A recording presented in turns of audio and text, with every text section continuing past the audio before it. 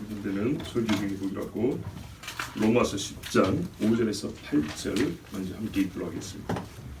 모세가 기록하되 율법으로 말미암는 의를 행하는 사람은 그 의로 살리라 하였거니와 믿음으로 말미암는 의는 이같이 말하되 내 마음에 누가 하늘에 올라가겠느냐 하지 말라 하니 올라가겠느냐 하는 그리스도를 모셔 내려오는 것이요 혹은 누가 무적행에 내려가겠느냐 하지 말라 하니 내려가겠느냐 함은 그리스도를 죽은 자 가운데서 모셔 올리려는 것이라. 그러면 무엇을 말하느냐 말씀이 내게 가까워 내 입에 있으며 내 마음에 있다 하였으니 곧 우리가 전파하는 믿음의 말씀이라. 아멘. 예수님께서 이렇게 말씀하셨어요. 요한복음 5장 39절에서 47절을 보면 너희가 성경에서 영생을 얻는 줄 생각하고 성경을 연구하거니와 이 성경이 곧 내게 대하여 증언하는 것이니라. 이 성경이 어디죠? 구약 성경 이야기하는 겁니다. 그러나 너희가 영생을 얻기 위하여 내게 오기를 원하지 아니하노라. 자, 영생을 얻는 줄 알고 성경을 연구하는데 성경이 나를 말하는 것이니까 영생을 얻으려면 그 성경을 봤으면 나에게 와야 되는데 오지 않는다는 얘기입니다. 나는 사람에서 영광을 취하지 아니하노라. 다만 하나님을 사랑하는 것이 너희 속에 없음을 알았노라. 왜 안 오냐? 하나님 사랑하지 않아서 예수님이 나에게 오지 않는다 그랬습니다. 나는 내 아버지의 이름으로 왔음에 너희가 영접하지 아니하나 만일 다른 사람이 자기 이름으로 오면 영접하리라. 아주 웃기는 이야기죠. 사람이 자기 이름으로 오면 영접하고 이 하나님의 이름으로 오면 영접하지 않는답니다. 그만큼 하나님의 사랑이 없다는 얘기입니다. 마음만 이스라엘이었던 거죠. 너희가 서로 영광을 취하고 유일하신 하나님께로부터는 영광을 구하지 아니하니 어찌 나를 믿을 수 있느냐. 보니까 그 속에 사람의 영광을 취하는 것이 그 본성으로 자리 잡고 있으니까 성경을 봐도 까막눈인 겁니다. 내가 너희를 아버지께 고발할까 생각하지 말라. 그러면 나에게 와야 되는데 안 오니까 내가 화가 나서 내가 하나님께 고발할 줄 아느냐? 아니라는 겁니다. 성경을 읽고 내게 오지 않았으니까 그 성경을 쓴 사람이 고발할 거라는 얘기입니다. 너희를 고발하는 이가 있으니 곧 너희가 반하는 자 모세니라. 모세를 믿었더라면 또 나를 믿었으니 이는 그가 내게 대하여 기록하였습니다. 모세의 글에 예수 그리스도를 기록하고 있는데 사람들이 모세의 글을 읽으면서 이 말씀에 영생이 있어, 영생이 있으면서 하는데 모세는 예수 믿으라고 써놨더니 예수님이 막상 왔지만 아무도 안 찾아온다는 거예요. 왜? 사람의 영광을 구하니까. 하나님의 영광을 구하지 않냐고.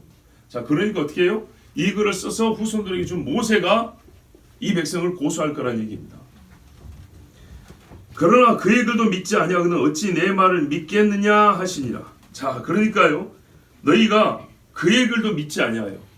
모세가 고소하고 최종적으로 모세의 글을 믿지 아니하니 모세가 선생이라고 모세를 바란다고 하면서도 모세의 글을 믿지 아니하니 그러니까요. 예수님이 아니라 누구라도 이 사람들 안 믿었을 사람들이야. 왜? 모세의 글을 믿지 아니하니까. 모세의 글을 믿지 아니하니까 모세의 글에서 가리킨 자를 믿을 수 없다는 얘기입니다. 그러니까 이 사람들은 처음부터 뭐가 없어요? 믿음이라는 게 없어요. 근데 여기서 재밌죠. 믿음을 요구했어요. 믿음을. 모세의 글이 뭘 요구했어요? 믿음을 요구했다고. 믿음을.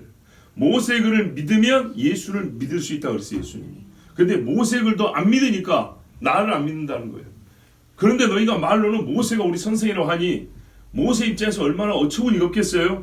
그래서 하나님의 공의대로 하면 너희 말 그대로 너희가 모세를 믿고 모세를 따른다고 했으니 모세를 통하여 너희를 고발할 거다. 예. 자기들 입으로 모세 그랬지 않습니까? 자, 예수님이 이렇게 말씀했어요. 요한복음에. 누구에게요? 예수 안 믿는 자칭 모세의 제자라고 하는 유대인들에게. 자, 이 사람들이요. 구약성에서 영생을 얻다고 믿은 것에 대하여 예수님이 책망하지는 않았어요.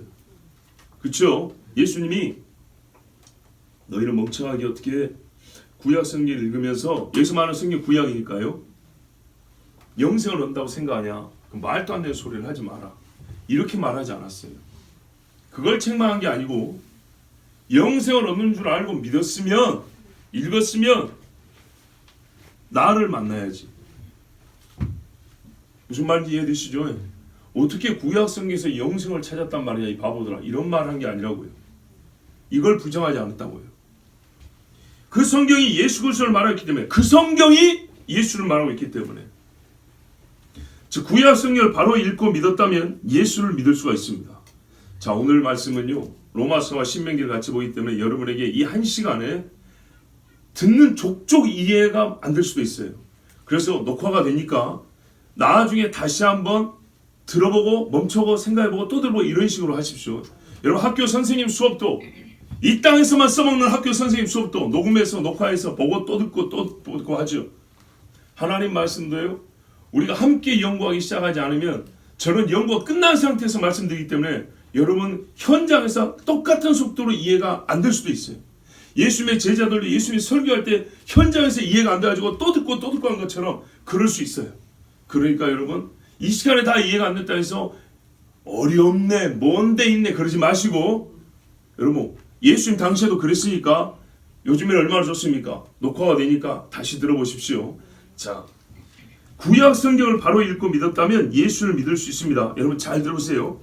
구약 성경을 바로 믿었다면, 분명히 예수님 말씀이 그렇죠. 예수를 믿을 수 있습니다.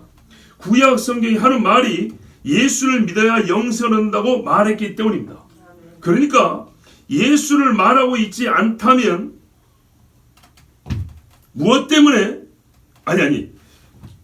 그러니까는 무슨 말인가요? 구약 성경이 영생을 얻는다고 말했다 이 말이죠.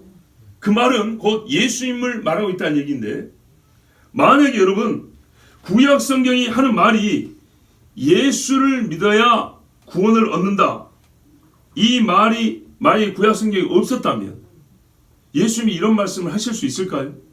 없죠. 분명히 구약 성경이 그렇게 말하고 있기 때문에 예수님이 이렇게 말한 겁니다.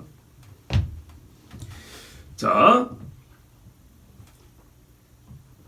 여기서 한 가지 놀라운 사실은, 이 사실을 가장 잘 기록한 자, 그러니까 너희가 장차 올 메시아를 믿어야 구원을 얻는다, 영생을 얻는다고 구약 성경이 말하고 있는데, 이게 성경인데 그 중에서 가장 이거를 잘 말하고 있는 성경, 제일 깊게 말하고 있는 성경이 어디냐면 모세글이라는 겁니다.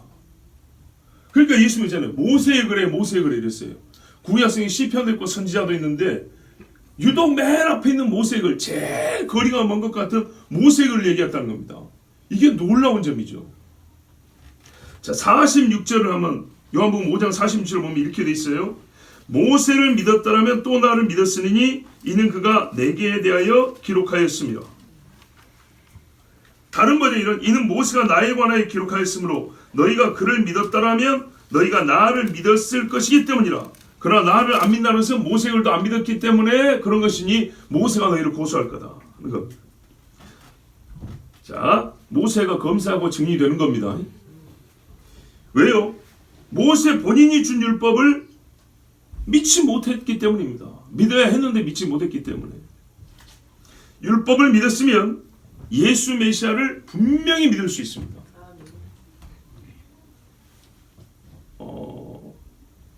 모세는 그것까지 받아서 기록한 겁니다. 예수님 말씀에 보면 모세가 기록한 것은요, 하나님께 뭘 받아서 말한 거냐면요, 메시아가 올 것인데 그 메시아를 믿어야 구원 얻는다까지 모세는 분명히 기록을 했던 겁니다. 그런데 모세를 따르고 모세가 우리 선생이라고 말한 사람들은 그 선생이 가르친 말을 캐치하지 못하고 믿지 못했던 겁니다. 그럼 모세의 글에 그런 말이 있습니까?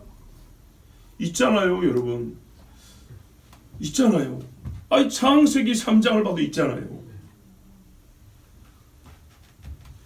아브라함이 하나님을 믿음이 이를 그의 의로 이슈 창세기 15장에 있잖아요. 자, 바로 이 말씀처럼, 이 요한복음의 예수님 말씀처럼 바울도요, 예수님의 사도인 바울도 하나님의 종 모세가 영감으로 기록한 말씀을 잘 읽고 믿었습니다. 유대인들은 안 믿었죠. 근데 바울 같은 제자들은요, 예수님 말씀대로 모세의 글을 잘 읽고 예수님을 그래서 더 깊이 알 수 있었고 바르게 믿을 수가 있었어요. 그리고 자기가 믿은 대로 또 다른 사람들에게 가르쳤어요. 모세의 글을 통해서 예수님을 가르쳤어요. 어떻게 바울이 모세의 글, 곧 예수님이 말씀한 성경을 가지고 그리스도 예수에 관하여 가르쳤는지 오늘 우리가 읽은 로마서 10장은 잘 보여주고 있습니다. 그 외에도 많지만 오늘 이 로마서 말씀이 신명기 말씀과 연관됩니다. 로마서 10장 5절에 모세가 기록하되 율법으로 말미암는 의를 행하는 사람은 그 의로 말미암아 살리라 하였거니와.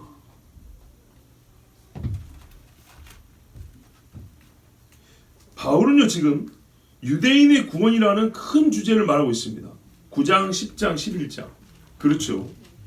근데 그 가운데서 유대인들이 딱 알아들을 수 있는 소리로 구원받는 의에 대해서 지금 가르쳐 주는 겁니다. 유대인만큼 구원, 또 하나님의 의라는 개념에 대해서 잘 아는 사람이 어디 있겠습니까? 그들에게요 진짜 하나님으로부터 의롭다함을 받는 것이 무엇인지 딱 유대인이 알아들을 수 있게 가르쳐 주고 있는 겁니다. 자, 모세가 기록했어요. 레위기 18장에 보면 1절부터 5절까지 한번 읽어드릴게요. 여호와께서 모세에게 일러 가라사대 너는 이스라엘 자손에게 고하여 이르라. 나는 여호와 너희 하나님이라. 너희는 그 거하던 애굽 땅의 풍속을 쫓지 말며 내가 너희를 인도할 가나안 땅의 풍속과 규례도 행하지 말고 너희는 나의 법도를 쫓으며 나의 규례를 지켜 그대로 행하라. 나는 너희의 하나님 여호와니라. 너희는 나의 규례와 법도를 지키라. 사람이 이를 행하면 살리라. 나는 여호와니라. 요 말씀이에요. 이 레위기 18장 5절 말씀을 로마서 10장 5절에서 말하고 있어요. 뭐라고요? 모세가 말했다. 율법으로 말미암는 의를 행하는 사람은 그 의로 산다 그랬다. 이 말씀이 어디에 있냐면 모세가 말했다 했잖아요. 레위기 18장 5절에 그렇게 되어 있는 겁니다. 물론 여기서 그로 인하여 살리라를 육체의 날 동안 생존하는 것, 복받는 것 이렇게 좁혀서 읽을 수도 있어요. 그런데 그렇게 읽으면 안 되는 것이 뭐냐면 10장 6절에 가면 말이요 믿음으로 말미암아 얻는 의와 대조를 해놨어요. 그러니까 믿음으로 말미암는 의는 영생이잖아요. 죽은 후에도 영원히 하나님과 함께하는 그 의잖아요. 그런데 율법으로 말미암는 의는 대조관계인데 이 땅에서만 얻는 번영과 건강만 얘기하겠습니까? 그 말이 아니에요. 말 그대로 율법으로 말미암아 영생 얻는 이야기를 하는 거예요. 율법으로 말미암아 하나님 앞에 영원히 사는 이야기를 하는 거예요. 자, 정말 율법을 행하면 의를 얻는다고 주장하는 것입니다. 모세가 그렇게 기록을 했어요.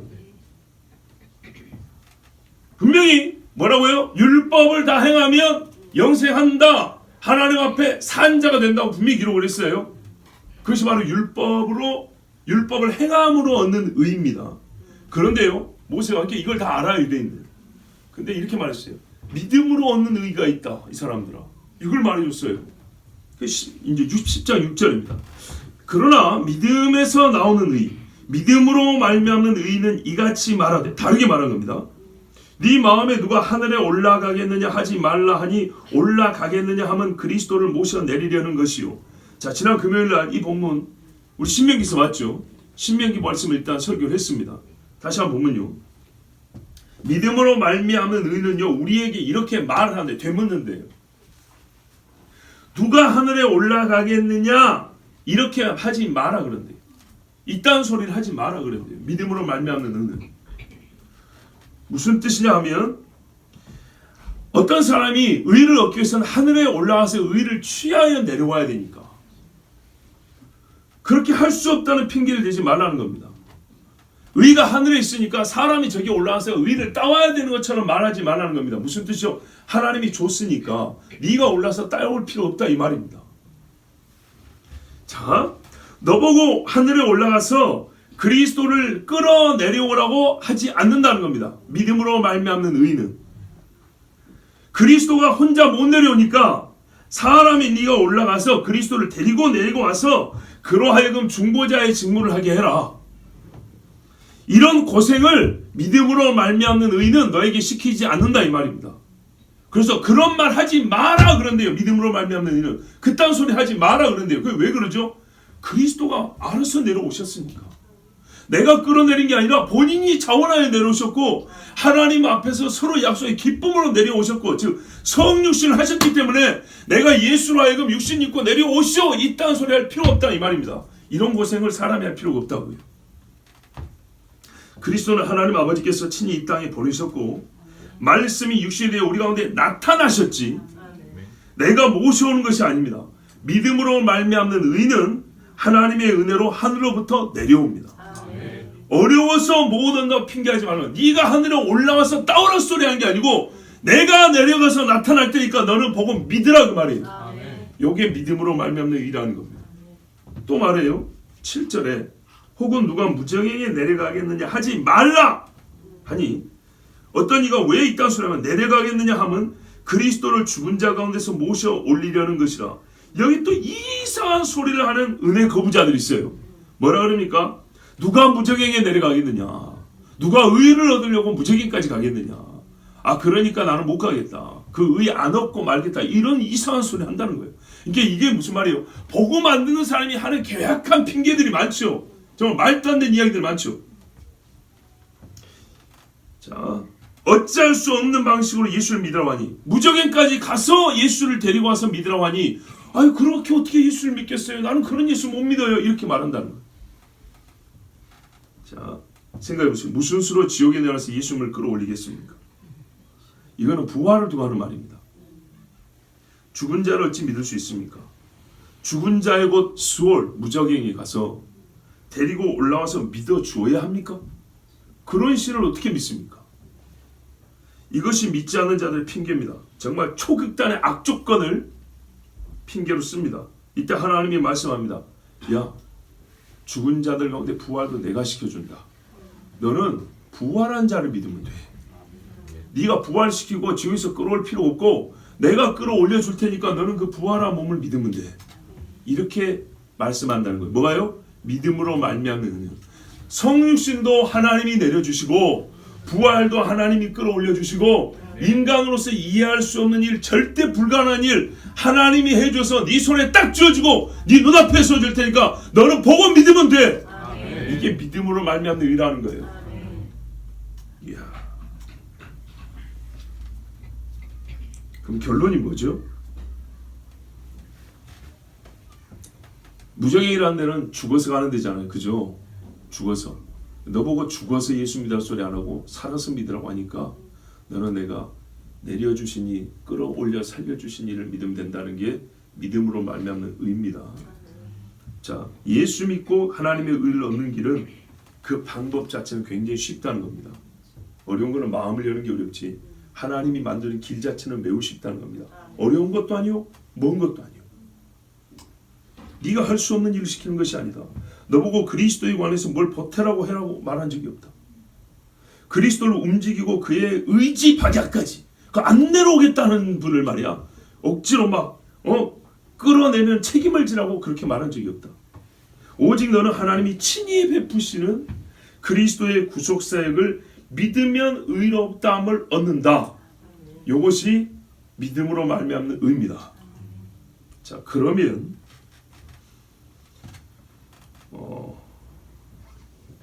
이게 얼마나 쉬운가 하면 8절 보세요. 그러면 무엇을 말하느냐? 말씀이 내게 가까워. 자, 믿음으로 말미암는 의는 뭐라 그래요? 이런 소리는 하지 말고 오히려 이렇게 너에게 말씀을 한다는 거예요. 믿음으로 말미암는 의. 겁나기 쉽다. 말씀이 너에게 가까워 입에 있고 네 마음에 있으니 곧 우리가 전파하는 믿음의 말씀이라. 보세요. 그리스도 예수는 이미 네 입에 있고 네 마음에 있다. 우리가 다 들려줬고 막 거의 쑤셔 넣다시피 막 설교하고 가르쳐서 막 귀에 윙윙거릴 정도로 가르쳐줘서 예수가 누군지 무슨 일 하는지 다 알고 있다.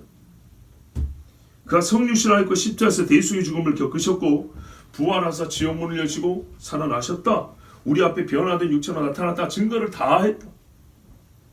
이 믿음의 말씀, 믿으면 되는 말씀, 믿으라고 주신 말씀, 요걸 받으면 된다. 자, 여러분 쉽죠? 로마서 10장 5절에서 8절 말씀 여러분 지금 다 이해하셨습니다. 자, 그런데 여기서요. 이 복음 증거에서 하나님의 말씀을 조금 더 깊은 차원에서 우리는 깨달아야 하고 또 믿어야 한다는 책무를 지게 됩니다. 왜 책무라고 하냐면 바울이요. 이전에 썼던 보세요. 율법으로 말미암는 의라고 했는데 그 율법을 인용해서 믿음으로 말미암는 의를 가르치는 이상한 논리를 폈기 때문입니다.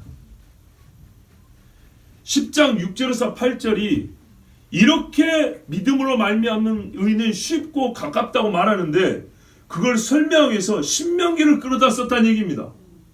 율법을 끌어다 썼다고요. 율법을 끌어다 쓰면서 믿음으로 말미암는 의가 얼마나 쉬운지를 가르치는 아주 이상한 논리를 폈다는 얘기입니다. 그렇기 때문에 우리가 이거를 어떻게 말씀을 깊이 상고함이 마땅한 줄 알아요. 보십시오. 이 놀라운 그리스도의 복음을 믿음으로 말미암아 우리가 의를 얻는데 바울이 인용한 말씀이 신명기 30장 11절에서 14절 말씀입니다. 우리 한번 신명기 30장 11절에서 14절 말씀 읽겠습니다.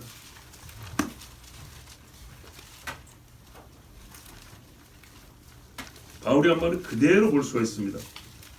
바울이 모세의 말을 그대로 따왔습니다. 신명기 30장 11절 한 절씩 보이다. 11절 같이 봅니다. 시작. 내가 오늘 내게 명령한 이 명령은 내게 어려운 것도 아니요 먼 것도 아니라. 아멘. 여러분 여기서 명령이 복음입니까? 율법이죠. 율법입니다. 창세기, 출애굽기, 레위기, 민수기, 신명기도 거의 끄트머리에 왔습니다. 이 모든 명령이 뭐라고요? 어렵지도 않고 멀지도 아니한데요. 분명히 율법을 말하는 맥락인데 이것이 어려운 것도 아니고 멀지도 아니하다고 합니다. 아까 바울이 복음 이야기할 때 했던 그 말 아닙니까? 자, 12절 봅니다. 시작. 하늘에 있는 것이 아니니 내가 이르기를 누가 우리를 위하여 하늘에 올라가 그의 명령을 우리에게로 가지고 와서 우리에게 들려 행하게 하려 할 것이 아니요. 아멘. 여기는 명령이네요. 자, 진짜 율법을 들려주고 돌비에 새겨주고 신비에 새겨줬더니 핑계를 대도 정말 말도 안 되는 핑계를 댑니다. 하늘에 있다고 말한 적도 없는데 아니 하늘에 올라가가지고 우리가 그걸 가져와야 되겠습니까? 예? 그거 아니죠. 그럼 이게 모세가 쉽다는 말이 무슨 말이에요? 하늘까지는 아니고 하늘 바로 밑에니까 쉽다 이런 말인가요? 아니죠. 이미 땅에 있는 우리에게 들려줬다는 얘기입니다. 전혀 어렵지 않다는 얘기입니다. 이게 얼마나 얼토당토하는 핑계냐면 마트에 가서 계란 한 판 사오라 했더니 아니 나보고 닭을 만들어서 그걸 키운 다음에 알을 낳게 하고 그걸 가져오게 하란 말입니까? 대화가 안 되는 사람이죠. 그런 핑계를 대는 거예요 지금. 자, 하나님의 복음이 사실 굉장히 쉬운데도 받아들이기 어렵고 받아들이기 싫으니까 꼭 최악의 상황을 상상으로 만들어낸 다음에 말씀이 어렵고 못 받아들이겠다 이렇게 말한 거는 그건 사악한 마음입니다. 13절 보십시오. 시작. 이것이 바다 밖에 있는 것이 아니니 내가 이르기를 누가 우리를 위하여 바다를 건너가서 그의 명령을 우리에게로 가지고 와서 우리에게 들려 행하게 하려 할 것도 아니라. 아멘. 바다 밖에 있다. 여러분 바다 밖이라는 곳이 존재합니까? 없습니다. 그래서 바울은 이를 인용하면서 말을 살짝 바꿨어요. 무적행이라고. 바다 밖, 땅 밖에 어디 있습니까? 지구 밖에 어디 있어요? 실제 지표면에서 바다 밖이라는 곳은 없습니다. 어찌나 말씀을 받기 싫은지 없는 곳을 만들어가지고 내가 그까지 가야 되겠습니까? 이렇게 말한다는 거예요.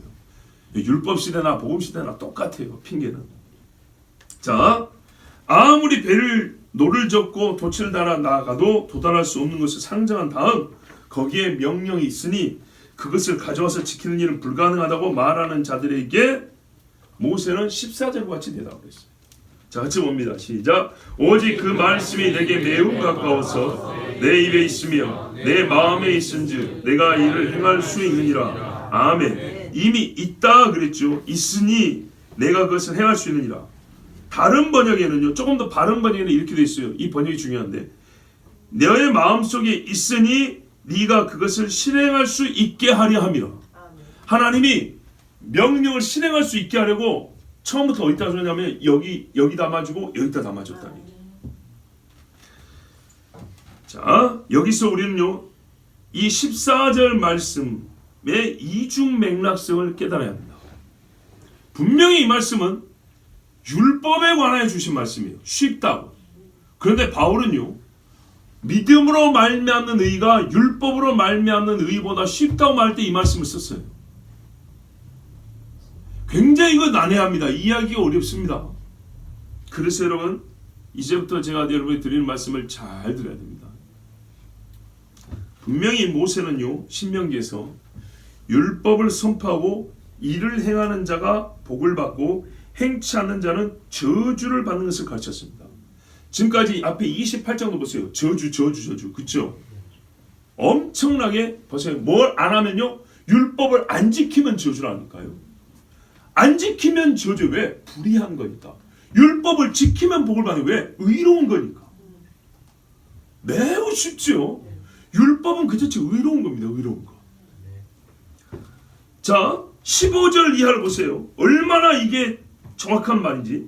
보라, 내가 오늘 생명과 복과 사망과 화를 내 앞에 두었나니 곧 내가 오늘 내게 명령하여 내 하나님 여호와를 사랑하고 그 모든 길로 행하며 그의 명령과 규례와 법도를 지키라 하는 것이라. 그리하면 내가 생존에 번성할 것이요 또 내 하나님 여호와께서 내가 가서 찾아올 때서 내게 복을 주실 것이며 그러나 안 들으면 저주한다 했지요. 확실해요. 그런데 바울은요, 이 본문을 예수 그리스도를 믿음으로 말미암아 얻는 의를 가르치는데 썼습니다. 그리스도에 관한 모세의 글로 깨달았던 겁니다. 그러니까 바울은 분명히 당시에, 모세는 분명히 당시에 율법을 가리켜서 이렇게 말했어요. 매우 쉽고 너희에게 멀지 아니하고 이 말씀 너희에게 생명이다 이렇게 말했단 말이에요.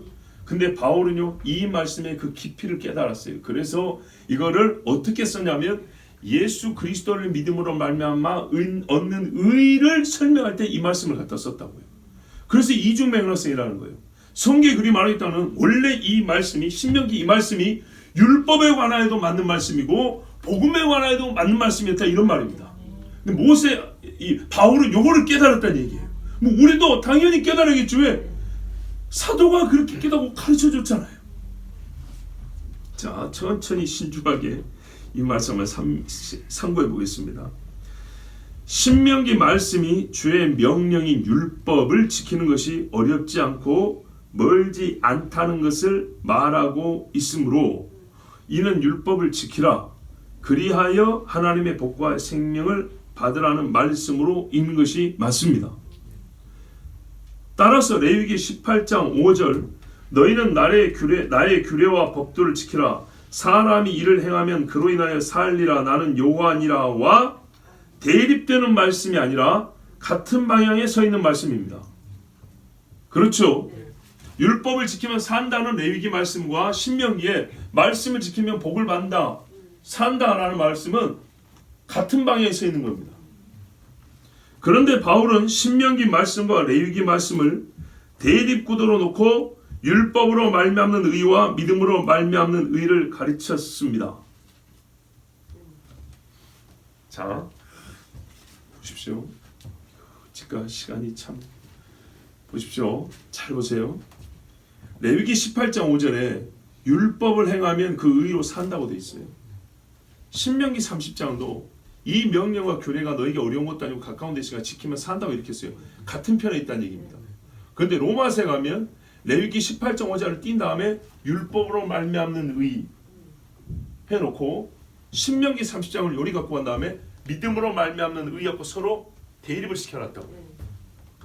모세의 글 안에서는 한 편인데 바울의 글에서는 서로 마주보는 적대 관계인 것처럼 이렇게 세워놨다고요.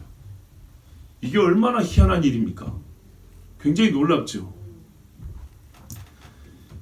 자, 오직 믿음으로 말미암는 의가 매우 쉽다는 것을 가르치기 위하여 신명기 말씀을 인용한 것인 뿐인가요? 그러니까요, 믿음으로 말미암는 의가 쉽다는 걸 말하기 위해서 성경 어디에 쉽다는 말이 있나 봤더니 신명기 쉽다는 표현이 있어서 그냥 그것만 갖다 쓴 거냐? 그게 아닙니다. 그렇다면 여러분 더욱 복음이 필요 없잖아요. 율법이 그렇게 쉬운데 그 쉬운 걸 놔두고 뭐하러 또 다른 쉬운 걸 만들 필요가 있겠습니까? 바울이 말하는 쉽다는 것을요, 아닙니다. 자, 로마서는요, 믿음으로 말미암는 의가 율법으로 얻는 의보다 쉽다고 말했는데 그 핵심은 그리스도의 대속 사역이 있고 그것을 모세는 신명기에 먼저 기록해 두었던 것이기에 바울은 신명기 말씀으로부터 그 사실을 깨닫고 감추었던 진리를 로마서에서 밝히 가르쳐 주었던 겁니다. 그러니까는요, 신명기 말씀은 이런 말이에요. 율법도 쉽다는 걸 말해줄 뿐만 아니라 복음으로 말미암아 얻는 의도 쉽다는 것을 두 개를 다 말하고 있었던 거예요. 자, 그러면 신명기가 왜 애초에 율법을 지키는 것이 쉽다고 말했을까요? 그러니까 봐보세요. 복음 믿음으로 말미암아 얻는 의는 율법으로 말미암아 얻는 의보다 쉽잖아요. 그렇죠? 분명히 더 쉽다고 했는데 그러면 헷갈리지 않게 율법으로 말미암아 얻는 의는 어렵다고 처음부터 얘기해 줬으면 좋잖아요. 근데 분명히 신명기를 말하면 이것도 쉽다고 말해놨다고요. 신명기 그렇잖아요. 어려운 거 아니라고요. 쉽다고요. 요거 우리가 이해하기 어렵죠. 요거를 이해할 수 있어야 합니다. 자, 보세요. 왜 애초에 율법이 쉽다고 말한 것인가? 자, 여러분 시간 관계상 제가 썽으로 읽으려 합니다. 여러분 보고 말하면 시간이 많이 가니까 두 번 나눌 수 없고 한 방에 끝내야 되기 때문에 읽을 테니까 한번 들어보십시오. 왜 애초에 율법이 쉽다고 말한 것이냐? 이는 율법을 지킴으로 의를 얻는 것이 가능하다는 것과 율법이 하나님의 의라는 사실을 전제로 두는 말이기도 합니다.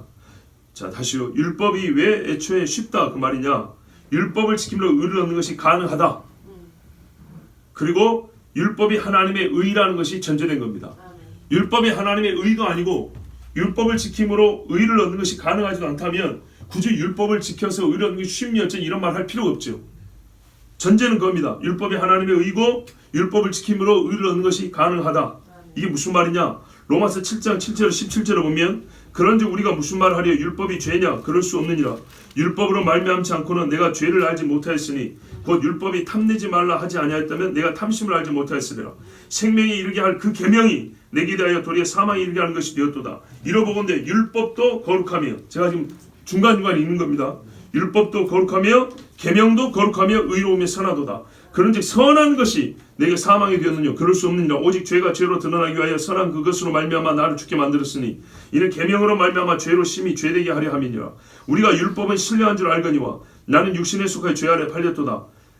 만일 내가 원치 아니하는 것을 하면 내가 이로 율법의 선한 것을 시인하느냐 하면서 율법이 선하다고 계속 수없이 반박하고 있습니다. 자, 왜 이스라엘이 망하고 죽고 포로 끌려왔습니까? 율법을 잘 지켰어요? 안 지켰죠. 안 지키면 뭐가 문제가 되죠? 불의함이 됩니다. 하나님의 의가 사람에게 나타나 법으로 주어진 것이 율법입니다. 이것은 하나님의 형상을 향한 하나님의 뜻입니다. 그래서 변하지 않고 폐해지지 않는다고 이미 금요일날 말씀드렸습니다. 십계명을 누가 지킵니까? 그리스도인이 지킵니까? 비그리스도인이 지킵니까? 그리스도인이 지킵니다. 더하여 지키는 자는 누굽니까? 비그리스도인 율법주의자입니까? 그리스도인이 더하여 지킵니다. 예를 들어볼까요? 간음하지 말라. 육체로만 아니라 속 생각으로도 간음하지 말라. 누가 더하여 지킵니까? 그리스도인이 지킵니다. 율법과 다른가요? 율법입니다. 더하여 지킵니다. 자, 베드로 사도가 뭐라 하냐? 베드로서 1장 3절 4절에 그의 신기한 능력으로 생명과 경건에 속한 모든 것을 우리에게 주셨으니 생명과 경건에 속한 모든 걸 우리에게 줬어요. 이는 자기의 영광과 더불어서 우리를 부르신 자를 알므로 말미암음이라. 이로써 그 보배롭고 지극히 큰 약속을 우리에게 주사 그 약속이 우리 왔어요. 이 약속으로 말미암아 너희로 그 다음에 뭐하게 하려고? 구원받고 끝나는 거야? 아니요. 너희로 정욕을 인하여 세상에서 썩어질 것을 피하여 신의 성품에 참여하는 자가 되게 하려 하셨으니 하나님의 성품에 참여하는 자, 하나님의 사람을 완전하게 한다 그랬어요. 하나님의 사람으로. 자, 이뿐 아니에요. 베드로 전서와 후서를 한번 샅샅이 살펴볼까요? 왜 어렵까요? 마치 믿는 자는요 율법대로 살아야 되는 것처럼 써놨어요. 왜요? 그것이 하나님이 죄인을 살리신 목적이니까요. 왜 목적? 복음이 뭐라고요? 구원을 시키고 하나님의 사람으로 살게 하는 것. 그렇죠? 베드로서 1장에 너희를 부르시니까 거룩하니 너희도 거룩하라. 매일기 말씀 그대로 써놨어요. 2장에 하나님을 두려워하고 윗사람을 공개하고 왕을 공개하고 형제를 사랑하라. 율법 그대로요. 3장에 부녀는 속사람의 아름답고 하지 뭐 음란한 것들 취하지 말고 겉사람 꾸미지 마라. 이세벨같이 하지 말라. 형제를 사랑하고 불쌍히 여기라. 악을 악으로 갚지 말라. 전부 다 율법이에요. 베드로서 4장 방탕하지 말고 정욕을 쫓지 말라. 베드로서 5장 더러운 일을 취하지 말고 겸손하라. 베드로 후서 아까 1장을 읽고 2장에 소돔과 고모라 발람 이야기를 합니다. 그러면서 세상의 더러움에 빠지지 말합니다. 소돔과 고모라 발람이 어디 나왔습니까? 다 창세기에 나온 사람들, 민수기에 나온 사람들 아닙니까? 베드로서 3장 점도 없이 흠도 없이 주 앞에 서라. 어린 양 이야기하는 거예요. 제물로 바친 양 이야기. 이 말씀들은 다 복음을 믿는 자들이 주신 말씀인데 율법이 사람이 마땅히 해야 할 일을 가르친 것과 똑같습니다. 바울 사도의 글에도 소위 복음의 생활, 복음의 적용이라는 부분들 봐보세요. 율법과 다른 게 있는가? 왜 같죠? 말씀드렸죠. 하나님의 뜻은 영원해요. 변하지 않아요. 하나님이 사람을 만들 때 어찌해야 된다가 정해졌고 그 목적이 하나란 말이죠. 그것은 절대 변하지 않아요.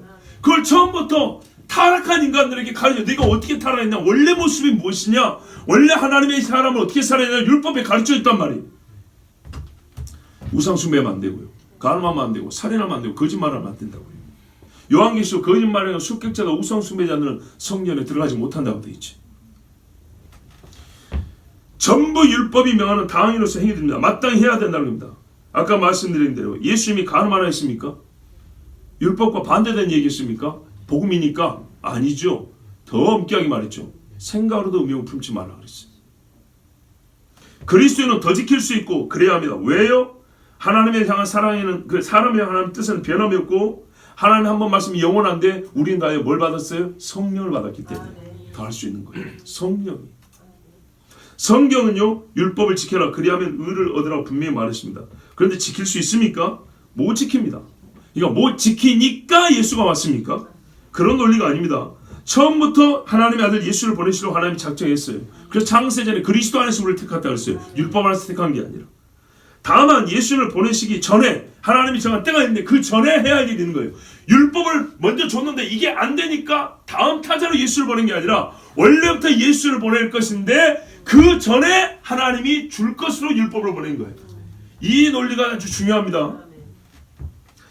자, 예수를 보내시기 전에 해야 할 일, 먼저 있어야 할 것이 바로 율법입니다. 왜 율법 필요합니까? 하나님의 의를 알고 하나님의 뜻을 알며 그래서 내가 죄인 줄 깨닫고 하나님의 구속 방식, 예수님을 통한 구속 방식을 배우고 예수를 통해 받는 은혜 받을 준비를 시키는데 반드시 율법이 먼저 있어야 했습니다. 세례 요한이 와서 율법을 외쳤잖아요. 그리고 또 복음도 외쳤죠. 이 두 개를 연이어서 외쳤단 말입니다. 쉽게 말해서 율법 없이 예수께서 오셨다면 사람은 예수님에 대한 지식을 가지기 어려웠을 겁니다. 주님이 하신 일을 온전히 이해할 수 없습니다. 구속사에 왜 저렇게 나무에 달려 죽어야 되지? 도무지 영문을 알 수가 없습니다. 하나님이 원하시는 만큼 예수님의 사역의 본질을 깨달지를 못합니다. 율법과 그리스도 예수 모두 하나님의 의입니다. 하나님의 의 그 자체를 나타내는 것으로서는 다르지 않습니다. 기원이 다르지 않고 인간을 향한 하나님의 목적이 다르지 않기 때문입니다. 그래서 둘 다 하나님의 의입니다. 그래서 성경에 말하면 또 다른 의가 왔냐니 이렇게 말하는 거예요. 다만 목적을 수행하는 능력에 있어서 율법은 한계를 가지고 있습니다. 본래 완전하게 하려고 준 건 아니기 때문에 처음부터 수행 능력은 메시아만 가지고 있었던 거예요. 처음부터 율법이 수행 능력이 약하니까 메시아가 보충하는 게 아니라 이거를 의를 줄 수 있는 능력은 예수만 가지고 있었던 거예요. 의가 무엇인지 가르쳐주는 기능은 율법도 가지고 있는데 의를 우리가 갖게 하는 능력은 예수만 갖고 있었던 거예요. 근데 예수가 의를 갖게 하는데 이거를 받아야 돼요. 믿어야 되잖아요. 그거를 깨닫게 하는데 율법이 필요했다는 겁니다. 그래서 수행 능력은 메시아만 가지고 있다는 차원에서 그리스도가 율법보다 나은 의라고 말하는 거예요. 하나님의 의가 드러난 것으로서의 차이가 있는 것이 아니고 그 의를 실행하는 데서 차이가 있기 때문에 율법보다 더 나은 의라고 예수 그리스도를 말하는 겁니다. 왜요? 이 의로 말미암아 하나님이 자기가 또한 판단받을 때 의롭다함을 얻는다 그랬어요. 하나님이 약속한 게 이루어지잖아요. 내가 너희를 구원한다가 이루어졌잖아요. 그래서 하나님의 의가 완성되기 때문에 예수의 의가 더 나은 의라고 말하는 겁니다. 자, 그러나 갈라디아서 말씀을 이루어 제가 지금 말씀드린 바 율법이 의롭고 율법을 지킴으로 의를 얻는 데 대하여 부정하고 반대할 수 있습니다. 갈라디아서 3장 11절 12절에 또 하나님 앞에서 아무나 율법으로 말미암아 의롭게 되지 못할 것이 분명하니 이는 의인이 믿음으로 살리라 하였음이니라. 율법은 믿음에서 난 것이 아니라 이를 행하는 자는 그 가운데서 살리라 하였느니라. 자, 여러분 이 말씀도 딱 한번 보십시오. 지금 한 번 듣고 기억이 안 나니까 참 말씀드리기 어려울 텐데, 자, 율법 자체의 의의 불완전함을 말하는 게 아니에요. 율법을 지킬 수 없는 인간의 무능력으로 인하여 율법으로 의를 얻으려는 노력은 무익하다고 말하는 거예요. 자, 갈라디아서 아까 제가 3장 11절 읽었는데 10절에 이렇게 돼 있어요. 율법에 기록된 모든 행위를 지속하여 행하지 않는 자는 저주를 받는다고 돼 있어요. 율법의 모든 행위를 빼놓지 않고 다 해야 되는데 안 하면 저주를 받는다는 거예요. 그래서 11절에 뭐라 그러냐? 하나님 앞에서 아무나 율법으로 말미암아 의롭게 되지 못할 것이 분명하다. 율법의 무능력이 아니라 인간의 무능력이라는 거. 왜? 율법의 의인데 요 의를 계속 지키는 자가 없다는 겁니다. 계속 지키는 자가 없기 때문에 인간이 율법을 지킴으로 의를 얻는다는 생각은 바보 같은 생각이다, 이렇게 말하는 거예요.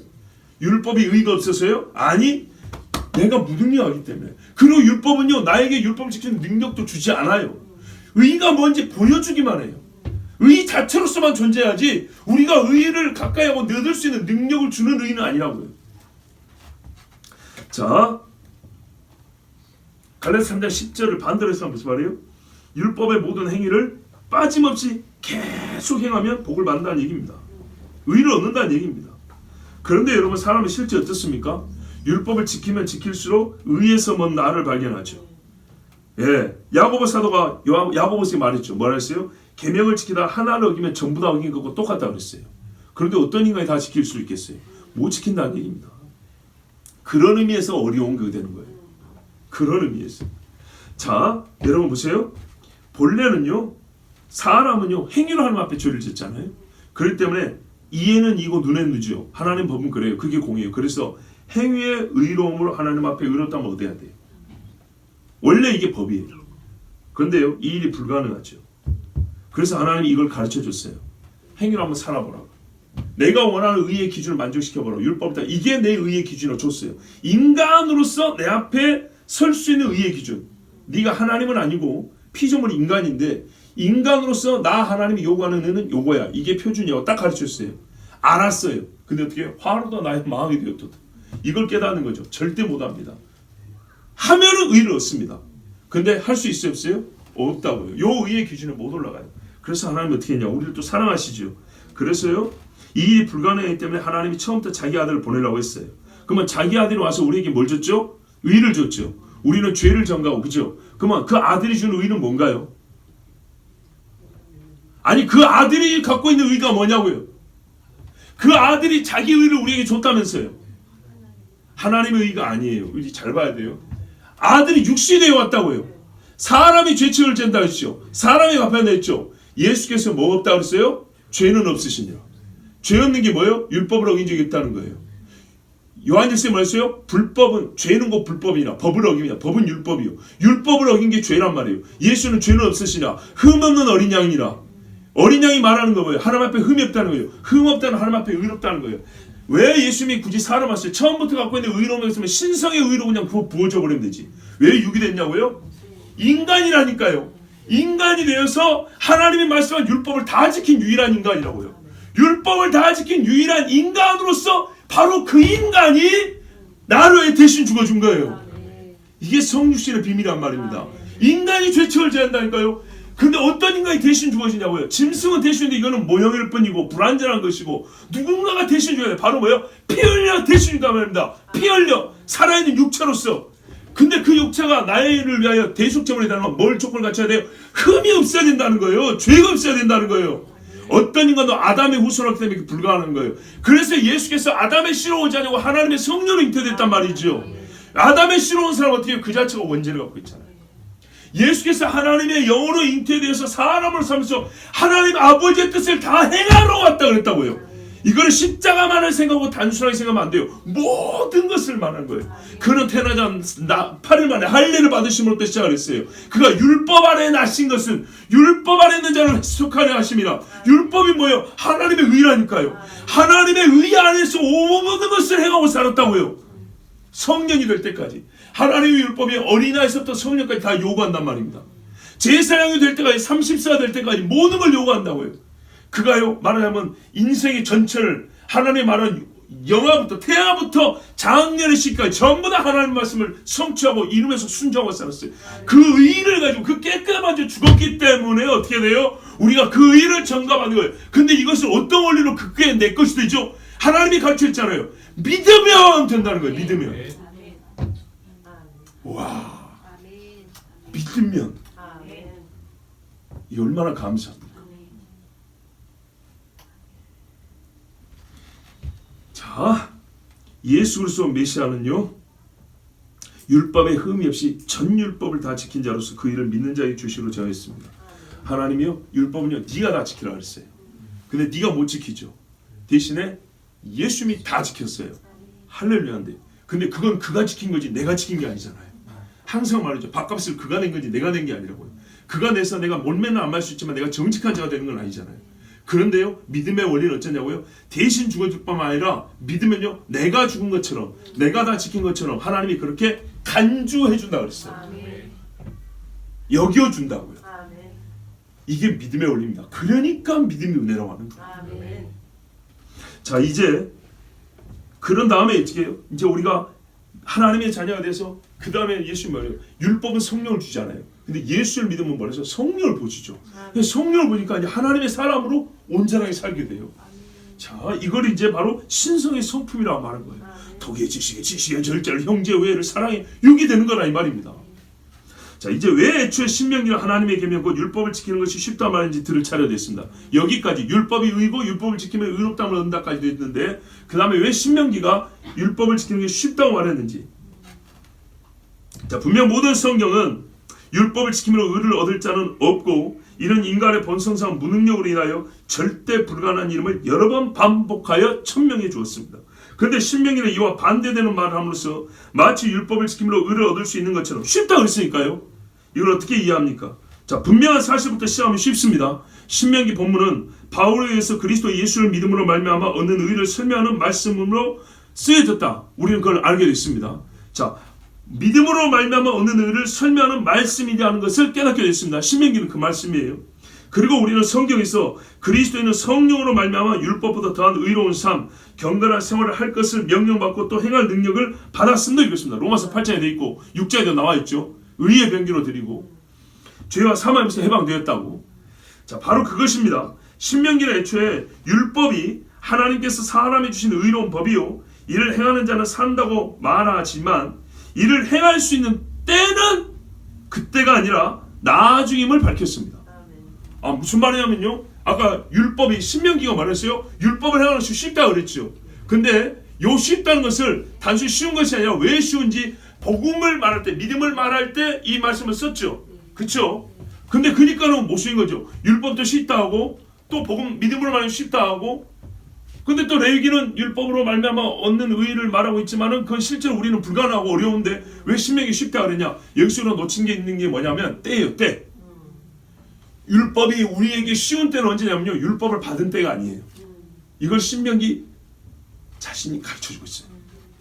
자, 자 보십시오. 우리가 이를 놓쳤기 때문에 본문의 이중 맥락성을 깨닫지 못했던 겁니다. 신명기 30장이 말씀하는 역사적 상황은 어떤가 하면 30장 앞부분을 보면 우리가 지금까지 읽은 대로 포로지에서 귀환하는 상황입니다. 하나님께서 자기 백성을 다시 모으는 때입니다. 벌써 여러분 감 잡는 분이 계실 거예요. 가깝게는 바벨론에서 멀리는 흩어진 모든 것으로부터 모으시는 때입니다. 바로 지금과 같은 때를 얘기한 겁니다. 이날은 종말의 때입니다. 결정적인 말씀은 6절입니다. 자, 6절 같이 읽어봅니다. 30장 6절 시작. 내 하나님 여호와께서 내 마음과 내 자손의 마음에 할례를 베푸사 너로 마음을 다하며 뜻을 다하여 내 하나님 여호와를 사랑하게 하사 너로 생명을 얻게 하실 것이며. 아멘. 8절 봅니다. 시작. 너는 돌아와 다시 여호와의 말씀을 청종하고 내가 오늘 내게 명령하는 그 모든 명령을 행할 것이라. 아멘. 이 모든 명령을 언제 행한다고요? 마음의 할례를 받을 때, 돌아올 때 마음의 할례를 받을 때. 자, 이스라엘이 지금 마음의 할례 받았습니까? 성경 분명히 말합니다. 이스라엘이 율법을 다 행할 때가 온답니다. 근데 쉽게 행한답니다. 그래서 30장 11절 14절 말하는 거예요. 쉽게 행한답니다. 근데 그 때가 언제냐? 우리가 이걸 모세 때라고 생각하니까 자꾸 이해가 어려웠던 거예요. 근데 성경 자체는 뭐라 하냐면요, 결방에 흩어졌던 이스라엘이 조상의 땅으로 다시 돌아올 때가 율법을 쉽게 행할 때라는 거예요. 그날 내가 뭘 해주기 때문에 마음의 할례를 해준다는 거예요. 마음의 할례를 해주니까 율법이 입에 쫙쫙 붙고 마음에 쫙 새겨지고 에스겔이나 예레미야를 마찬가지로 신비에 새겨져가지고 다시는 하나님을 알라 말할 필요 없이 율법이 너무 쉽게 해진다는 거예요. 제가 말씀했죠. 예수 믿으면 율법이 쉽다고요. 그 이상을 행한다니까요. 구약의 나시린처럼 살 수 있다는 걸 기쁨으로. 여러분, 다시 조상들의 땅으로 성전이 있는 예루살렘으로 돌아오는 날이라고 하지 않습니까? 마음의 할례가 뭐예요? 성령으로 새롭게 된 걸 마음의 할례라고 그러잖아요. 그리스도 예수를 주라 하시라고 성령 세례를 받고 통회하고 회개한 마음이 마음의 할례 아니겠습니까? 로마서 2장 29절에 오직 이면적 유대인이 유대인이며 할례는 마음에 할지 보세요. 신령에 있고 이랬다고. 마음의 할례는요 영적 변화를 말하는 거예요. 영적 변화 언제요? 유대인에게 언제요? 모세 때입니까? 지금 모세가 지금 아이고 답답해서 죽을 지경인데 이때가 아니죠. 사도행전 2장 16절 21절 36절 41절 다 기니까 안 읽어줍니다. 요엘량 해줍니다. 요엘량이 뭡니까? 하나님 말세 내가 내 영을 모든 육체에 보내줄게 너희 자니 예언하고 저명 환사하고 너희는 꿈을 꾸리라. 내가 내 영을 남종과 여종에 보내줄 것이니 그들은 예언하고 하늘의 기사와 아래로 땅의 징조를 뺀 피와 불과 연기로다. 자 주의 크고 영화로운 날이라 했어요. 이런 무서운 일만 일어나고 막 방언하고 예언만 합니까? 이게 아니죠. 베드로가 이 이야기 한 다음에 뒤에 뭐 했어요? 그날이 지금 이제부터 시작됐으니 완전에 나아가니 너희가 뭐라 회개하라 그랬거든요. 이날 성령을 보여주는 것이 방언만 하고 예언만 하고 막 피와 불과 시대만 징조와 분별하고 끝나는 게 아니고 이걸 분별하기 때문에 성령 보이기 때문에 우리 심령에는 뭐가 일어나냐? 회개하는 마음이 일어난다는 겁니다. 그래서 바로 베드로가 이렇게 외치니까 백성들이 말했어요. 형제들아 우리가 어찌할꼬? 왜 이 말씀을 줬냐? 그러면 내가 풀어줄게. 너희가 어찌할꼬 물어보니까 내가 답을 가르쳐줄게. 너희가 회개하여 각각 예수 그리스도의 이름으로 세례를 받고 죄의 사함을 받으라. 그리하면 성령의 선물을 받으리니 이 약속은 너희와 너희 자녀와 먼데 있는 자들이 한 것이라고 했어요. 이 약속. 요엘서가 예언만 하고 방언만 하고 환상만 보는 건 줄 알았더니 그게 아니고요. 회개하고 성령 받는 약속까지 그 안에 담고 있었다는 얘기예요. 이 일이 언제부터요? 오순절 다음부터 했어요. 오순절 다음부터 마음의 할례가 시작됐다고. 시작됐지만 아직 완성은 안 됐죠. 근데 어떻게 해요? 마지막 때 하면 부어준다 했잖아요. 자, 이 아이가 지금 여보세요? 바울이 로마서에서 이스라엘의 구원 9장, 10장, 11장 얘기하는 맥락 가운데서 지금 신명기를 얘기하고 있다는 거 다시 한번 주지시켜야 됩니다. 이 백성들이 이 복음을 쉽게 받아들이는 그때, 멀지 않냐고 너무 쉽게 받아들이는 그때를 너희가 신명기를 다시 보라는 거예요. 신명기. 그렇게 쉽다는 거예요. 근데 그날이 뭐라고 되냐면 너희 마음의 할례를 받고 너희가 이방 때에서 돌아온 때라는 거예요. 그러면 지금 이스라엘 사람들이 신약 안 보죠. 구약만 봐도 깨달을 수가 있는 거죠. 이제. 그러니까 쉬운 거죠. 얼마나 쉽습니까? 자, 너희가 이 패역한 세대에서 구원을 받으라. 사도행전 7장 51절을 뭐라 하냐면 보세요. 목이 곧고 마음과 귀에 할례 받지 못한 사람들아. 목이 곧은 백성들이 마음에 할례 받지 못한다 그랬어요. 그러면 목이 부드러운 사람들 어떻게 해요? 마음의 할례를 받은 거죠. 그러면 광야에 있던 자들은 어떤 사람이에요? 목이 곧은 패역한 백성이라고 그랬죠. 하나님 앞에 우상 숭배하고 바알 숭배했던 사람들, 바벨론 포로 끌는 사람들 다 패역한 사람, 목이 곧은 사람을 그랬죠. 너희 조상들처럼 똑같이 목이 곧다 그랬어요. 오죽했으면 다니엘이 가서 회개라고 에스라가 회개를 했지 않습니까? 그런데요, 그 세대 다음에 어떻게 해요? 목이 곧지 않은 세대는 마음과 귀에 할례를 받은 사람이라고 했어요. 그런데 목이 곧은 세대는 뭐라 하냐? 마음과 귀에 할례 받지 못한 사람은 사도행전 7장 51절에 너희가 항상 성령을 거스른다고 그랬어요. 그러니까 무슨 말이에요? 성령을 받아들인 사람, 성령을 받은 세대가 마음에 할례 받은 세대라 이런 말인 거예요.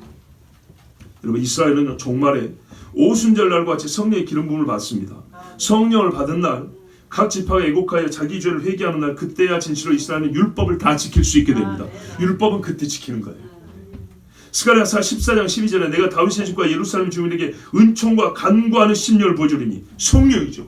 은총과 간구하는 심령을 부어주니까 어떻게 해요? 그들이 그 찌른 바 그를 바라보고 다시 오는 예수를 바라보고 그를 위하여 애통하기를, 회개하는데 얼마나 간절히 회개하냐? 독자를 위하여 애통하듯 하며 그를 위하여 애통하기를 장자를 위하여 통곡하듯 하리로다. 여러분, 우리가 그랬죠. 우리가 그런 것처럼, 우리가 마음에 할례 받은 것처럼 이스라엘도 마음에 할례를 받습니다. 그래서요, 마음에 할례 받은 사람은 아무렇게나 살지 않습니다. 하나님의 의의 표준대로 삽니다. 내 마음대로 이것이 옳은 것 같아, 저것이 옳은 것 같아, 이거 아니잖아요. 마음에 할례 받으니까 이제 하나님의 말씀대로 살아있죠. 하나님의 뜻대로. 하나님의 뜻이 어디 나와 있는데요? 막 성령 충만하면 내가 하나님의 뜻 막 만들어내고 하면 됩니까? 아니죠. 그러면 다 각자 제 마음대로 또 삽니다. 의의 표준, 율법입니다. 여러분, 정말 여러분 진짜 이게 중요한 신비입니다. 그날에야 구약 시대가 아니라 본래 율법이 행해지는 날, 사람이 율법을 행할 수 있는 날은 그리스도 예수를 믿음으로 의롭다함을 받은 후입니다. 이 개념이 참 중요합니다. 시간적으로 율법은 먼저 주어졌지만 율법을 실행할 수 있는 능력, 곧 사람이 하나님의 의의 표준대로 살 수 있는 능력은 예수 그리스도를 믿은 다음입니다. 아멘. 성령으로 인침을 받은 다음이라고. 아멘. 마음의 할례를 받아야 그 마음이 하나님의 말씀을 기쁨으로 지킬 수 있는 겁니다. 아멘. 그래서 어떻게 해요? 무관심이 아닌 거예요. 멀지 않은 거예요. 이에 왜 모세가 하나님의 명령을 행하는 것이 쉽다고 말했는지 이제 아실 것입니다. 당대에도 어려운 말씀 아니었습니다. 하지만 입에 마음의 말씀에 새겨지는 나를 하나님의 감동으로 미리 깨달은 선지자 모세는 마음에 할례받은 백성들이 주님 앞에 모여 선 날을 바라보며 매우 쉽다고 말했던 겁니다. 그 날을 바라보고. 왜? 모세는 그리스도를 말하고 있잖아요. 그리고 바울은 그날이 시작된 것을 자기 세대에 보았습니다. 시작된 것을. 그러므로 그는 율법을 지킴으로 의를 얻겠다는 형제들을 생각할 때마다 얼마나 마음이 아프고 안타까웠겠습니까? 그래서 가르쳐줍니다. 제발 형제들이 알기를 원했습니다. 그렇지만 주님이 정하신 때가 이르기까지 형제들은 알지 못합니다. 그때는 이방인의 충만한 수가 찰 때까지입니다. 이방인의 충만한 수가 차면 그때 유대인들이 깨닫습니다. 우리는 예수 그리스도를 나의 구주로 믿음으로 의롭다 하심을 얻었습니다. 그렇다면 여러분, 우리의 본성은 어떻게 바뀌어야 되냐면 하나님의 뜻대로 사는 것이 내 마음대로 살아도 하나님의 뜻대로 살아지는 그런 사람이 되어야 마땅합니다. 왜냐하면 마음의 할례를 받았고 귀가 할례 받았기 때문에 하나님의 말씀이 우리 입에와 마음에 새겨져 있기 때문입니다. 하나님의 뜻은 모세를 통하여 이미 오래전에 기록되었으니 요약하면 이러합니다. 여호와 하나님만 믿고 그를 경외하며 사랑하라. 하나님의 거룩하신 대로 너희도 거룩하라. 이게 모세를 통하여 주신 하나님의 뜻입니다. 이는 어렵지도 않고 멀지도 않습니다. 우리에게 매우 쉽고 가까운 주님이 우리에게 지어주신 멍에이기 때문입니다. 아멘. 기도하겠습니다. 하나님 아버지 감사합니다. 오늘 주 하나님께서 정말 놀라운 말씀을 가르쳐 주셨고 이것이 말로 전해지는 것도 쉽지 않지만 주 하나님이여 이 종에게 주의 말씀을 깨닫게 하시고 또한 주의 백성들 하여금 들어 깨닫게 해주셔서 감사합니다. 세상에 우리가 알고 싶어하는 호기심을 쫓아 수년 동안 탐구한 것들이 많은데 여호와의 말씀을 어찌 우리가 기뻐하지 아니하고 즐거워하지 아니하고 그 말씀을 탐구하기를 열심을 내지 않을 수가 있습니까? 하나님 아버지 감사합니다. 하나님의 말씀을 우리의 총기를 다하여 명철을 다하여 지혜를 다하여 받고 깨닫기를 힘쓰는 종들이 되게 하옵시고 하나님이 주신 우리에게 쉽고 가까운 은혜의 복음을 늘 받고 하나님 앞에 의롭다함을 얻는 백성들이 되게 하시며 주의 의의 표준 율법을 더하여 살 수 있는 그것도 기뻐하면서 더하여 살 수 있는 하나님의 사람들이 되게 하여 주시옵소서. 예수 그리스도 이름으로 기도하옵나이다. 아멘.